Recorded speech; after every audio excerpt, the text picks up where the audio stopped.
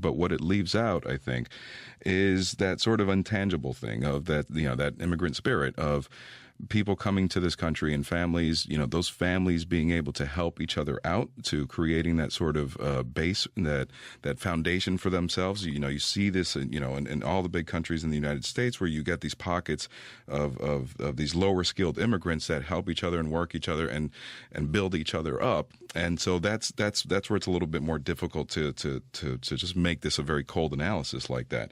The president back in January, when he made his first address to Congress, cited a study from the National Academy of Sciences, Engineering, and Medicine, where he's found that first generation immigrants cost taxpayers $57.4 billion a year. What he left out is that second generation immigrants are a net positive of $30 billion, and by the third generation, it's a $220 billion benefit to the country. So as the generations proceed, they start contributing more to the economy. Well, a whole lot of my immigrant forebears, I don't know about yours, would not have made the cut on English speaking or high education, but that was a long time ago. Mark Zandi in Pennsylvania, what do you make of the likely economic, and there's more than economics at work here, and we'll look at that, but the likely economic impact of this change should it become law, Mark? It would hurt the economy. The biggest problem we have now and going forward is a lack of labor. The unemployment rate is 4.4%, which is very low, and it's falling. And more importantly, going forward, we have the baby boom cohort, the very large cohort that's in their 50s and 60s that are retiring, which is very different than the situation back in the 80s when we had the baby boomers entering into the workforce and a lot of female participation increasing during that period. So very different times. But we're going to have worker shortages across the board, not only skilled but low skilled as well. And that's already evident in many industries in many parts of the country. So our biggest problem, the biggest limitation on economic growth for the foreseeable future is going to be a lack of labor. We need not fewer immigrants. We need many, many more immigrants. Roy Beck says we've got a big crew sitting on the bench, just not in the labor market. 50 million, he's saying. That you've got a huge labor surplus. You don't buy it, Mark? No, that's not correct. The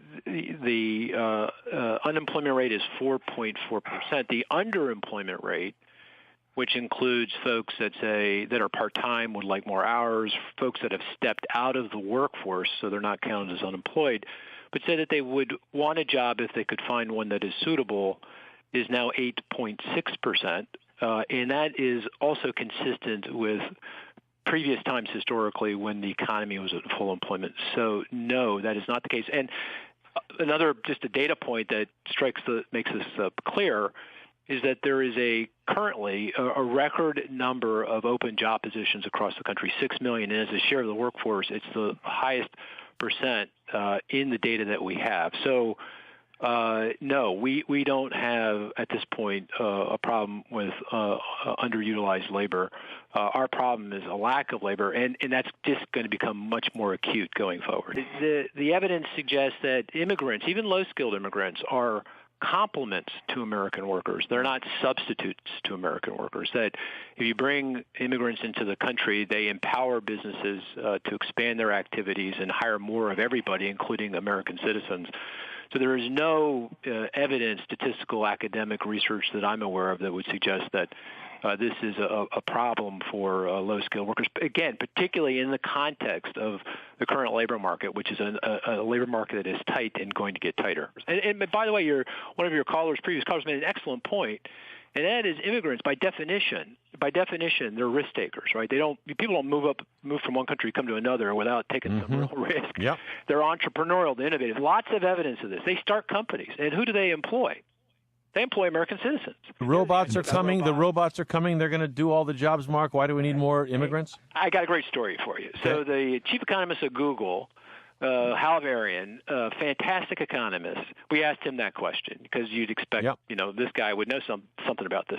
He went back to the New York Times and back to the 1940s, and he picked out an article from each decade since the 1940s that said the robots are coming. Literally, they had robots in the byline, in the headline. They're going to take our jobs. So this is an age-old, long. I'd say bring it on. Our problem isn't robots taking our jobs. Our problem is we don't have enough productivity growth. I mean, our problem is productivity growth is too low, not too high.